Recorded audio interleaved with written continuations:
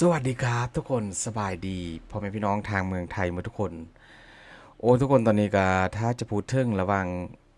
ไทยกับข้างบ้านกันอย่างแบบอื้อหือ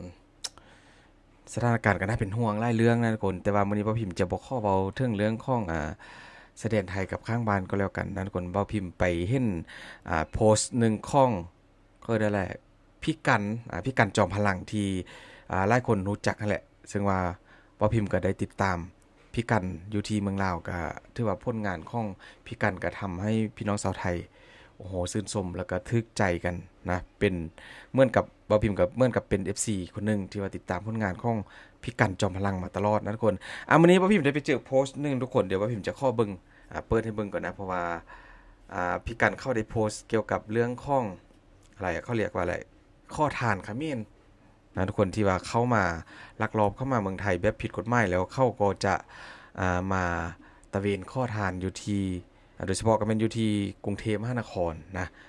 มาเป็นขบวนกันเลยซึ่งว่าพี่กันเขาก็ได้โพสต์ลงใน Facebook ของพี่กันเองตอนช่วงสัก2 ชั่วโมงที่ผ่านมานี่นะทุกคนว่าพิมพ์ได้ไปเจอเขาบอกว่าไข่พบเห็นข้อทานกัมพูชาหรือกัมพูชาที่หลบหนีเข้าประเทศทำผิดกฎหมาย เป็นเจ้าของอาชีพต้องห้ามแจ้งผมมาได้เลยนะครับผมจะประสานตำรวจไปจับให้ลาบและจะส่งทีมงานตำรวจไปจับทั้งทีตอบโต้ที่ว่าเหยียดเหยียบถุงซาไทยซึ่งว่าโอ้โหแบบว่าพิมพ์เห็นก็รู้สึกว่าฮับบ่ได้นะคนกับพฤติกรรมที่แบบ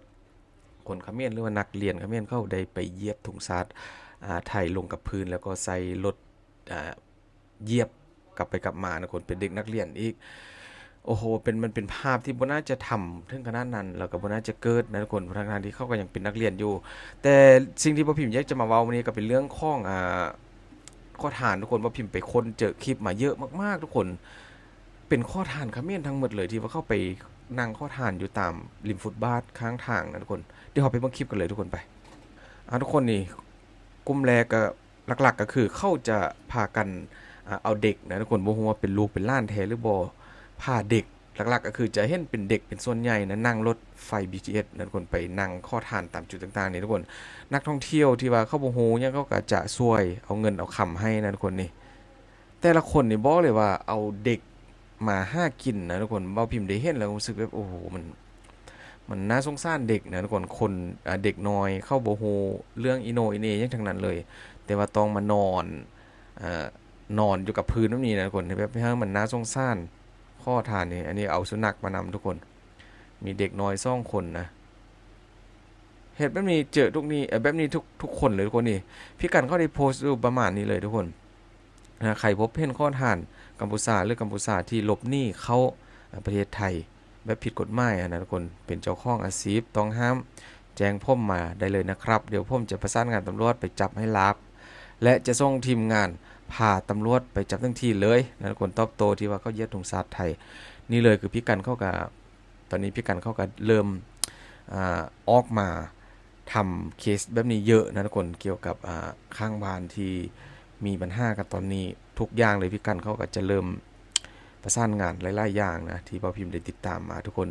ไปต่อกันทุกคนกับคลิปอยากทุกคนได้เบิ่งไล่ๆนี่ทุกคนคุณป้าท่านนี้นะเขากับเขาอาจจะเป็นอะไรพิการนะค่าอะไรนะทุกคนที่บอก มีพี่น้องชาวไทยได้แบบไปเจอเอาแล้วก็ทำให้คลิปนี้นะคนในคลิปคนไทยคลิปเขาบอกว่าเจอคุณปาใน2 รอบแล้วทึกไล่นี่ไปเทื่อนึงแล้วแต่ว่าเขากลับมาอีกเดี๋ยวทุกคนก็จะได้เห็นคลิปที่ซ่องนั้นคนนี้เอาเด็กมาทุกคนโอ้โหมันแบบมันเป็นภาพที่บน่าจะเกิดขึ้นนั่นคนทางที่ว่าเป็นคนไทยการข้อท่านอยู่ที่เมืองไทยตามที่ว่าพิมพ์ฮู้มาก็คือมันเป็นเรื่องที่ว่าผิดกฎหมายอยู่แล้ว ขนาดว่าคนไทยแท้ๆเสื้อสายไทยคนไทยแท้ๆก็ยังบ่มีสิทธิ์ที่ว่าจะมาทำแบบนี้ใดนะเพราะว่ามันเสียภาพพจน์ของบ้านเมืองของประเทศนี่พอจับได้แล้วก็ร้องไห้ละงมละงายทุกคนอันนี้เป็นเจ้าหน้าที่เข้าไปจับเขาจนใส่หัวข้อคลิปว่าสินค้าโอท็อปของคาเมนนะทุกคนก็คือแบบนี่เลยนั่งข้อทานเอาเด็กมานอนแบบหน้าสงสารแบบนี้พอจับได้แล้วก็หน้าจืดนะทุกคน พอทึกจับได้ถ่ายคลิปแล้วก็หน้าจืดแล้วก็ตะเพิดนี่เก็บข้าวเก็บของนี่แต่นี่มันส่วนใหญ่จะเป็นการแบบพี่น้องชาวไทยเข้าไปเจอเองแล้วเขาถ่ายคลิปนะทุกคนแต่ว่า ยังบ่ทันได้แจ้งเจ้าหน้าที่มือต่อมาบางคนก็ยังกลับมาทุกคนกลับมาบ่อนเก่าหรือว่าย้ายสถานที่ใหม่บริเวณใกล้เคียงกันนี่แหละจุดที่ว่ามีนักท่องเที่ยวเยอะๆนะเขาจะมานั่ง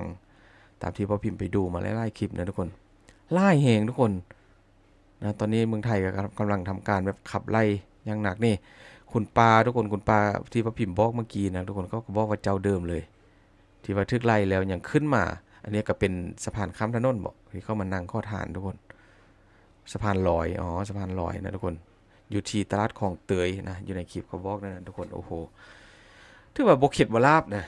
เป็นอย่างที่เขาต้องมาถามซ้ำๆเพราะว่าบางคนที่พ่อพิมพ์ได้ไปเจออะไรใดมาทุกคนบางคนนั้น1วันนั้นได้ถึง3,000-4,000 บาทบางคนก็ได้ฮอดเป็น5-6,000 บาทก็มีทุกคนเดือนหนึ่งเดือนหนึ่งตามที่พ่อพิมพ์ได้ไปเห็นข่าวมาเขาบอกว่าบางรายนะทุกคนพาครอบครัวออกไปนี่นะได้เป็นเดือนละ100,000 บาทก็มี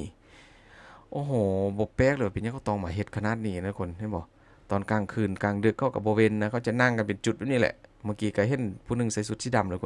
คนที่ซ่องกันต่อมานะนี่เจ้าหน้าที่เขาก็พากันไปลงทุกจุดกันเลยบ่ว่าจะเป็นมีตึมข้างบ้านนึงนะทุกคนก็คือแบบพม่าที่ลักลอบเข้ามาบางคนก็มาแบบแย่งอาชีพคนไทยที่ว่าอยู่ตามตลาดบ่ทำอาชีพญาติแย่งอาชีพของคนไทยทำมาหากินนั่นแหละก็คือถูกจับปรับส่งกลับบ้านนะทุกคนบางรายกันหนักถึงขนาดนั้นกันเลยนี่ถือว่าตอนนี้ก็เมืองไทยกับเจ้าหน้าที่ไทยทุกฝ่ายเขาทำการบ่ว่าจะเป็นประชาชนนะทุกคนทุกกลุ่มกันเลยแหละที่ว่าเข้าร่วมกันรณรงค์เรื่องนี้ช่วยกันนะนี่พอไปเจอแล้วก็จะเป็นแบบนี้ทุกคนสภาพนี้เลยนะรีบลุกนี่ตอนนั่งข้อเนี่ยมาพิมพ์ไปเห็นมานั่งข้อทานมาแบบน่าสงสารแต่พอเจอเจ้าหน้าที่ตำรวจแล้วก็ลุกนี่โคตรไวเลย น่าสงสารเด็กนะทุกคนแบบเด็กน้อยเขาโบฮูอิโนอินี่ยังเลยแบบพาเขาไปนั่งทุกนั่งยากนอนตากแดดตากอย่างสินี่มีทั้งผู้ชายมีทั้งผู้หญิงมีทั้งคนใหญ่คนเล็กเด็กเล็กเนี่ยก็ถือว่าทึกจับไล่คนเลยทุกคนเห็นบ่บางคนก็ใส่อะไรอะไม้กันเท้านะพิการนั่งข้ออมเด็กอมลูกอมหล้านบางเคสที่ว่าเขาไปเจอเขาก็ถามว่าเด็กที่เอามานั่งเขาทานนี่มันลูกของเขาได้บ่บางคนเขาก็ปฏิเสธยากบางคนเขาก็ว่าแม่นนะทุกคนแต่บ่ฮู้ว่าเขาทำไปเพื่อหยังว่าเข้าใจอยู่ว่าเป็นวิธีการหาเงินอีกตึมวิธีหนึงนะที่ว่ามันว่องไวแล้วก็ได้เงินหลายแต่ว่าบ่พิมพ์ว่ามันบ่สมควรที่จะมาเฮ็ดแบบนี้อยู่ที่เมืองไทยแล้วก็บ่ควรเอาเด็กน้อยที่เขาบ่ฮู้หยังมาทำแบบนี้ทุกคนนี่ก็เป็นคุณตาทุกคนมันเป็นระดับคุณตาแล้วแหละก็คือเขมรนะขอทานเขมรนี่อันนี้ก็พิการเท้าบ่ให้บ่ทุกคนก็ถือว่าตอนนี้ก็กำลังเมืองไทยกำลังเริ่มจัดการมาอย่างหนักกันเลยนะทั้งแรงงานทั้ง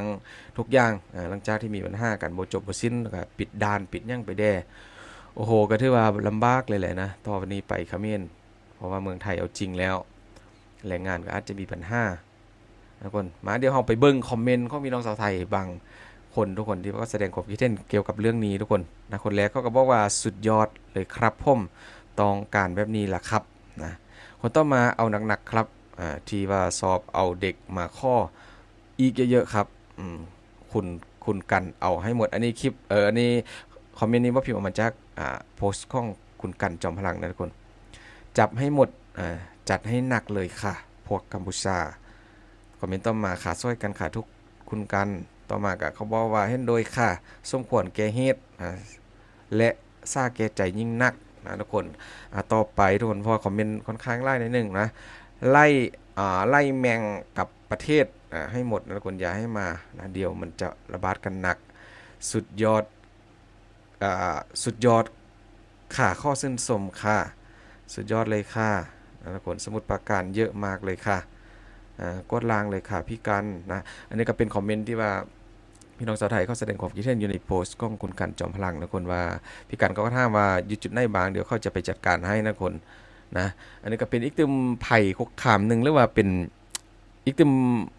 กลุ่มหนึ่งที่ว่าสร้างภาพพจน์ให้เสียหายนะเกี่ยวกับให้กับเมืองไทยก็คือข้อทานเขมรที่ว่าเข้าเอาเด็กน้อยแล้วก็เอาคนเฒ่าคนแก่มานั่งข้อทานบางคน บ่พิมพ์ได้เห็นข่าวล่าสุดเขาบอกว่าอยู่มาเป็น10 ปี